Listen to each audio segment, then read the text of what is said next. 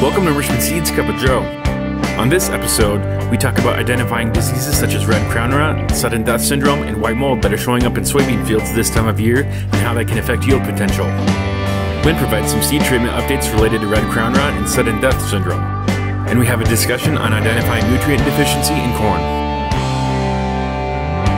Hi, this is Joe Mershman. Welcome to Mershman Seeds Cup of Joe.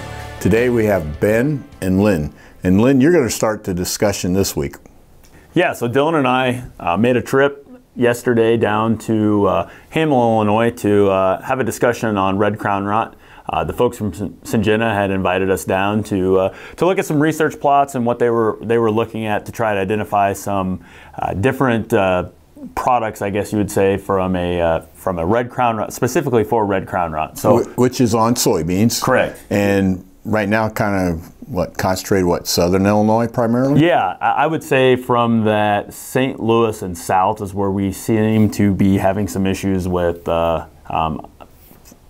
controlling red crown rot and then it not being a yield limiting factor. So what, from the naked eye, the 55-mile-an-hour scouting view of red crown rot is, if you don't go out in the field, it looks very similar to sudden death. So once again, as you're going down the road, you look out in the field, you think, oh man, that field's been hit by sudden death pretty bad. There is a good chance, specifically if you're in Illinois, I think there's 5 counties for sure that's been identified, with more being added, a couple in Indiana and a couple in Missouri as well. But yeah, from the bird's eye, it looks like a field of sudden death. But when you get out there, there's a couple different distinctions. The first and probably the most obvious is that they will have these little red pustules that form down right at the soil line. So if you pull that bean canopy back and look down and see that, it's a very, that's the #1 indicator there. I would say though that is still pretty hard to see with the naked eye unless it's a really, really bad infection. The stuff that we were looking at, you really couldn't see with your naked eye, just looking right at the soil line seeing that red. But the other distinction is, so when you were dealing with SDS, that plant will defoliate. So you'll get the interveinal chlorosis, then it'll go necrotic, and then that leaf will fall off and potentially the petiole will fall off. With red crown rot, the leaf and the petiole will not fall off. It just will go necrotic and then it'll still kind of hold on. So that was one I found that was a new differentiation there. So as you're looking at these soybean fields and you think you've got sudden death, basically look to see if you've got defoliation. Most likely it's probably red crown rot. Another big issue that we're seeing with academia and research is that red crown rot is really hard to isolate. So when they're trying to assay this and take a look at it from a testing standpoint, false negatives are more common than actual positive results. It's just an extremely hard disease to get to test positive in a lab setting. Once again though, it is a pressure that we're seeing in a very limited scale, but from a yield standpoint, it can be very detrimental, especially when we get into early expression and as we get into those critical periods with pod fill. If you have a very bad disease pressure, it's going to kill your fill there. Lynn, how does it spread? Obviously, sudden death, in case you forgot, it came from southern Illinois too. Now this red crown rot's showing up in southern Illinois, and now we got sudden death almost everywhere. How is this red crown rot moving? Do they know yet? Yeah, so they're saying it's soil borne. So any type of mechanism that the soil can move. So whether that be water, whether that be wind, equipment. One thing that they're kind of concerned about as we get into these different broader works of soil movement, ornamental trees, different transplant mechanisms, potentially boots, just soil that gets stuck to something. Whatever the soil can stick to, that's the moving factor. One I thought was very interesting is they're, not to cause panic, but they're so concerned about it from that standpoint. When they're doing research with this, they are steam cleaning, they are pressure washing all this equipment because they're really afraid if this takes hold in a research plot, it could affect the whole facility because it just will move.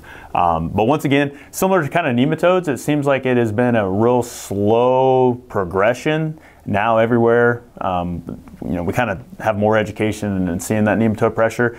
Kind of the same thing here. I think as we're getting more education into the symptomology, we're seeing it kind of spread its footprint a little bit.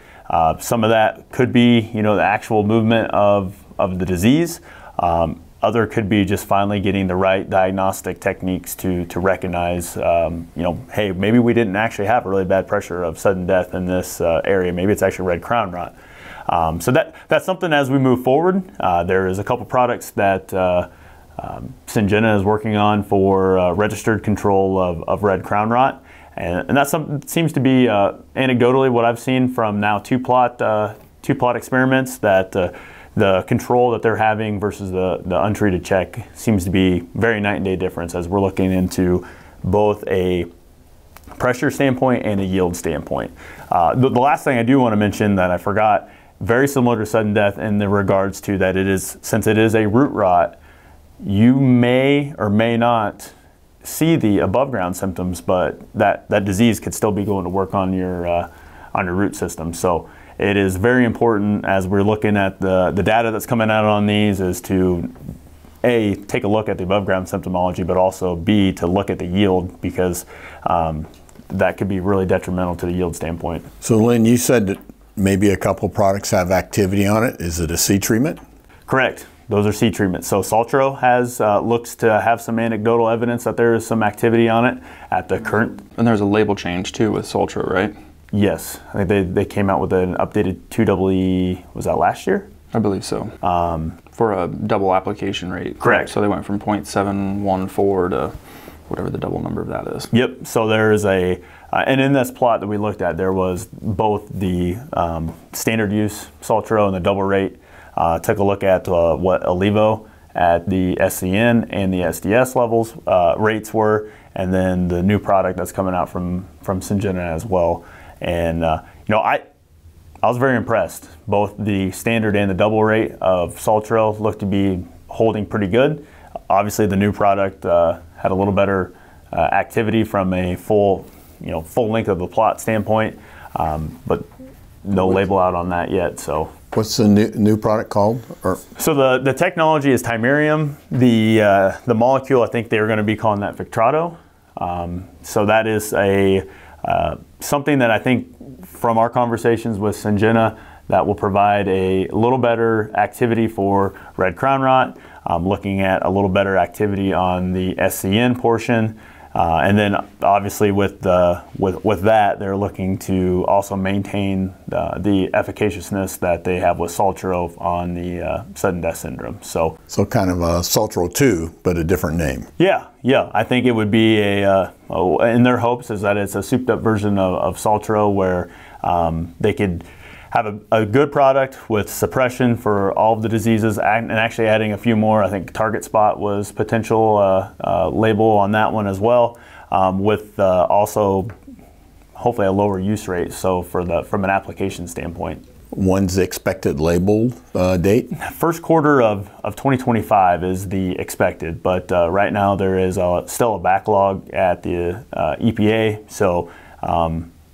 Anybody's guess. Correct. Anybody's guess. Correct. Yeah, and they've changed some things on how they do stuff through the EPA post COVID, and that was another comment was that they are still backlogged from COVID and not getting stuff through. That first quarter is the hope to have that label, but don't hold your breath, I guess, is where we're at right now. So right now, if you were with what we have on the table right now to use as far as products, if you are suspecting that you have red crown rot or you have sudden death, the Saltro standard rate will give you some help, but if you double the rate of Saltro, you're going to get a little bit more protection against red crown rot. Is that correct? Yeah, from a plot standpoint, there is definite visual differences when we look at the check on both the Saltro and the Saltro 2X. There is a little bit of infection that goes on in both, but I would say that from those replicated or the nearest neighbor trials that they were running, the 2X was definitely way better visually on that. Once again, though, as we know with soybeans, wait till the yield comes out. So I'm very curious on this yield results as when we get to take a look at that. Yeah, because appearance is only part of it, really. Correct. It's only part of it. And another, I guess the last thing that I'll kind of end that one on, what is a interesting aspect with red crown rot is that it is not related to what we were just kind of alluding to there with weather. It is more of a warm season disease than a cool and wet. It likes warm, and it likes warm specifically a little bit later. So as we get into that, basically this time of the year, as we're getting warmer and we're seeing those temperatures rise, the onset seems to be a lot more abrupt, and it's the same with SDS. As that plant's trying to get that last big suck of juice, that's pulling those toxins through, and when we're looking at the toxins, as that's related to the leaf as well. One thing that Dylan and I both noticed, and we didn't quite have enough to look at. I'd like to see another replicated trial as well. When you look at the leaf, it is a little bit different when you actually get down into the field level and look at it. When you're looking at the leaf, it can have that interveinal chlorosis, or it also looks like when the beginning stages of sudden death and you start to get those like little yellow specklings throughout the leaf, you'll get that, and some of them have a little bit of necrotic tissue in the middle of it, whereas like sudden death, it seemed like you are more you really don't get necrotic tissue until you have that full length of the interveinal chlorosis. Blotchy versus. Correct. So when you're looking at that, I don't want to call it frog eye, but it has that similar, like you'll see like just little necrotic tissue parts to it versus on the SDS where you really don't see that until it's already at the tail end of the spectrum. But once again, that could be totally anecdotal related to this plot, and I think that is from probably a plant pathologist standpoint, the beauty of this disease. There's so much that we just don't know about it. It came on the scene probably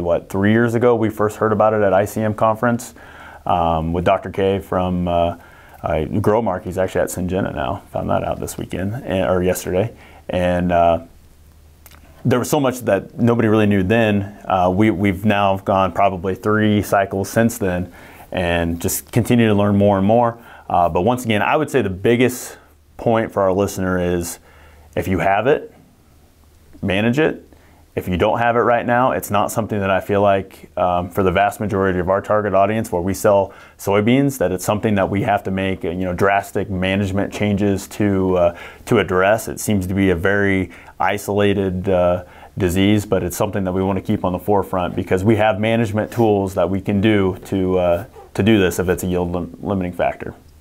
Correct. And I think that's one of the reason that I asked about the planting date, because that's one of the most frustrating things that we look at, whether something is sudden death or whether it's red crown rot.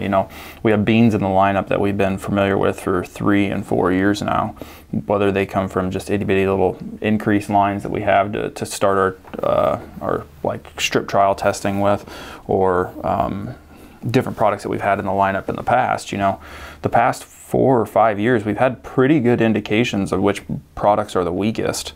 But whether it be a red crown rot issue or a sudden death issue, it seems like the sudden death is so much worse this year than what it was. And our conditions might have been a little bit wetter, but it's really only showing up from the April 10th to April 15th, maybe even a little bit earlier in that time frame, and it's almost non-existent once you get past that point. So I was at not a field day, but a pre-harvest meeting yesterday, and I'm just really curious to see as your red crown rot thing happens. I was listening to Illinois Soy Envoy, their podcast yesterday. They have confirmation in northeast Missouri, not that far away from us. They have confirmation in west central Illinois for red crown rot. Not that far away from us, and we actually have a few fields that are being tested right now, and we're probably going to go pull more plants for our immediate area to put in a different lab that the assay is taking longer than it ever has to potentially confirm that we may have red crown rot in our back door too. So maybe that would explain why, I'm just giving you guys my raw thoughts, but maybe that would explain why some of these varieties are getting hit way worse, even though we've only seen like that speckling of sudden death, why some of these varieties are getting hit a lot harder. And that is one too that we, as we advance different lines and thinking back to what they said yesterday, there really isn't a lot of, and specific camps, I guess, breeding camps, there isn't a lot of knowledge going on a varietal basis of what ones. There is the belief that there are varieties that are going to be more field tolerant, and there's going to be varieties that are more susceptible, but we just don't have enough data and enough probably plot locations that are being affected, because the red crown rot can be highly devastating here, and then you go probably 2.5 foot in that plot, nothing. I mean, it is just like a pocket. It's almost like an SCN pocket. You know, there's, but with that, there's probably no definitive edge, short of, you know, that's just how the water tends to flow, and as you know, it makes sense. But you have a high area that maybe isn't being affected. That could be perfectly fine. So to get replicated plots, to find out which varieties from a varietal standpoint, we have to just find those affected acres and continue to look anecdotally until we can get enough replication to. Well, with sudden death, we know it's always on your best soils, you know, your most fertile soils. What about red crown rot? Have they seen any differences in soil types? You know, right now it doesn't seem to be any indication. I think what would be probably a indicator would be is if you have it, to check for those water. Your water limited acre probably doesn't have anything, but your water logged acre could be anything that follows that movement.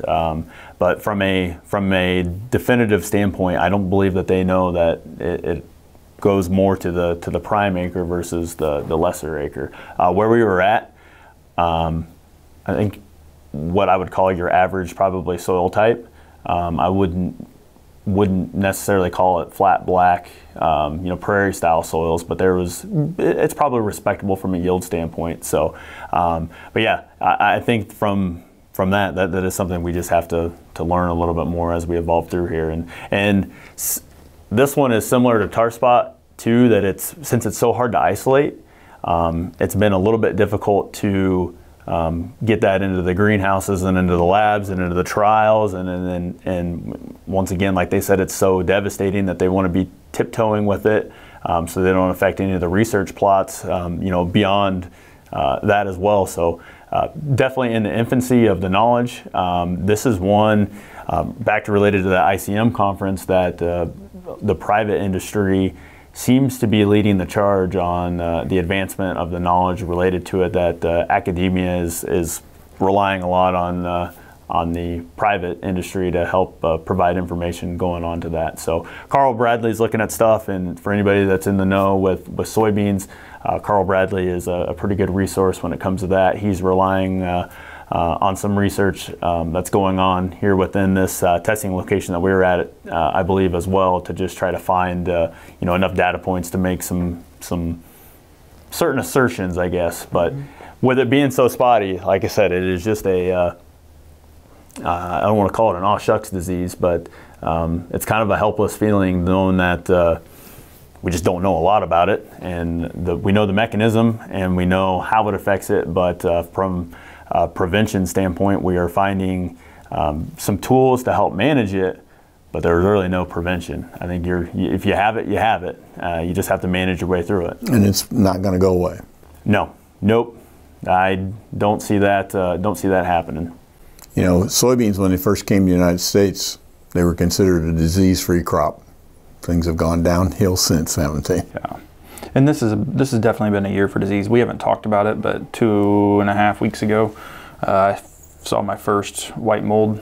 Like what we were talking about, I saw my first white mold showing up in strip trials in East Central Illinois would probably be the best place to call it, and it's blown up since there. Yep. Anecdotally, the heads up is holding pressure back or delaying pressure by probably 2 to 3 weeks. So I feel like a hotbed of white mold. I mean, it's not just like keeps marching further and further south. And if anybody's not familiar, heads up is one of the components in our seed treatment. It's a biological. Yep, it basically turns on the same genes that a very resistant soybean would have for fighting off the infection points that white mold causes. Yes, and it's standard in starting line. Yes. Yep. And so we feel anecdotally that it is definitely doing its job. The combine's going to tell us for sure. But whether it be for red crown rot, which we don't know a heck of a lot about, or, I mean, it's a strong year for that. It's a strong year for sudden death. It's a strong year for stem canker. I had a report out of University of Wisconsin on one of our fields that had stem canker and phytophthora in it. With the amount of moisture that you have, it just breeds for all of these diseases. So and white mold this year, so it's a year of diseases more so than insects. So. Correct. We're just waiting for the frog eye to come in. And that has been found in central and southern Illinois on non-fungicided fields. So that's another one to be keeping your eye out on. If the frog eye starts to show up, you have to be picky about which fungicides you use, but that's a good one to get stopped in its tracks if you are planting full season varieties, because those are the ones that are going to be hit the hardest, because they have more time to fill from this period on than an early season. So one of the anecdotal things that we learned from the MS Tech breeding program, because they are looking at this red crown rot very hard, so do your absolute best to pick the bean that has the highest sudden death rating.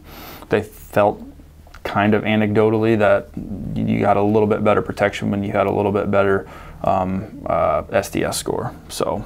And I would say anecdotally too, and you can correct me if I'm wrong, when we look at beans that have a really good field tolerance to SES, they just naturally have a really good tolerance to all the other diseases, Phytophthora, white mold. They just seem to be an overall, back to what University of Nebraska was talking about not that long ago with corn, we're kind of seeing in beans too that are more maybe defensive style beans are our highest yielding, because they're being able to fight off all these different pathogens and pests that are going after it. One of the old standbys in our lineup is Kennedy, and it's weathering the storm pretty well so far, isn't it, Ben? Haven't found a field of Kennedys with sudden death in it yet. So you just jinxed it. Yeah, it'll be fine. I'm pretty confident. I think we're getting, for most folks, we're probably far enough along in the and stages here that we'll probably give a little bit up if something does sneak in, but yeah, we can coast in. The later you see the disease, the less problem it's going to give you as far as yield wise. So. Right. And the last caveat on our trip, I think said it last week and I want to say it again, just the amount of boron and sulfur deficiency in fields on our travels. I mean, sulfur, obviously you could see it from the road. Dylan popped into a field as well. And you're talking on corn now, right? Yep, on corn. And you see that at the top of the plant? Yep, at the top. Ben talked about it last week. So when your top of your plant's turning brown, yep, most likely sulfur. Bottom of the plant turning brown, more likely nitrogen. Is that right, Ben? Yep. And this is stuff that didn't take a spade out in the field, so I can't say that it was sand or anything like that, but given where we were at, I don't believe it would have, edge to edge, in-row to in-row, as sand pockets or anything like that, but just a lot of crops burning up, starting to see, really green ear leaves with really green upright husk, and that plant's dying from both directions. And then, from a boron standpoint, I think that's something that we really need to probably have conversations with on for next year, because I think we're giving up 10 to 20% here with the way things have gone. That plant that ear is pulled back from the top a little bit to help fill out the rest of that ear, and we're seeing a little bit of lack of fill clear to the end of the end of the year. So what you're saying, Lynn, is when you see that tip back where the kernels did pollinate, but then they just wither away. And a lot of times we just think, well, it's just dry weather. Some of it could be related to boron deficiency. I would say so, wouldn't you say, Ben? Yeah. Yep. If you're not applying boron and you're in fields that are very well drained, or you've never applied boron, it might be something worth looking into or tissue testing for, because it's a pretty easy one because it's used in such small amounts to foliar your feed or just put a little bit in with your dry mix. But yeah, there's definitely guys that talk about if you have the right amount of nitrogen, sulfur, boron, you should have, your tip back should be significantly decreased. And that is something north, south, east, west. I mean, tip back is, and we've seen it in our plot here that we have a certain certain hybrid that we have in the plot planted at 3 different populations, and really the tip back was pretty similar from 28,000 to 36,000, which to me probably shouldn't happen. But from our fertility standpoint, I guess I haven't looked back at it, but boron's probably not something that we were super concentrated on, getting everything else in balance first. But it is, late season boron application might be in play for a lot of folks are hitching a ride with fungicide, because it's the most important in the reproductive time. So yep. Yeah, the land we have our plot on was continuous alfalfa with no fertilizer on it, and basically an old saying that Larry Hedgecock used to be our general sales manager, said, the ground's so bad that a rabbit would have to pack a picnic lunch to walk across it. So we're building it up from the basement. So. Yep. I heard it yesterday, actually. I think the fertilizer plan out there is the moron fertilizer plan. Just keep putting more on. Yeah. There you go. Anything else that you want to bring up? Nothing but good news this week, huh? Well, we should, like I said, preface that is an issue that we see it spreading, but for the most part of our viewing area here, I'm not overly concerned. And then I would take that a step further, is that we have options currently today with Starting Line Plus that I feel like is providing a good base layer for folks, and look for us to evaluate products moving forward that can continue to take that and enhance or I shouldn't say enhance, when we deal with red crown rot, preserve our yield that we're coming into during pod fill. Yeah, and that's always the philosophy of Merchman Seeds, is to get ahead of problems. And every year, Ben literally starts with a blank sheet of paper when it comes to our seed treatment. We're not committed. We don't have any, I can tell you the seed treatment folks all want you to sign a 3-year supply agreement. We don't sign a 3-year supply agreement, so that means we can turn on a dime and give a nickel's change when it comes to change at this place. And so that's the benefit of working with an independent company, is that every year we look at what are the problems out there, what are the solutions, how can we change our seed treatment to make sure we are giving the maximum protection to our customers, as opposed to getting the lowest price by signing a 3-year supply agreement. And again, we have 6+ different suppliers that make up our seed treatment. Yeah, and one of the presentations that I had to make for the pre-harvest meeting yesterday, it's actually 10 if you include the polymers and you use the Starting Line Plus. It takes 10 different companies to make our seed treatment. So that's a unique difference dealing with Merchman Seeds versus the companies that manufacture their own seed treatments. They're locked into what's in their stable, and that's it. What's proprietary. Yep, that's what's theirs, because it's the lowest cost. So in ours, we're interested in the highest performance for the farmer. So that brings us to the corny jokes. I got a whole page of corny jokes, but some of them aren't going to make it, okay? So I'll just tell you, I cut to the chase, okay?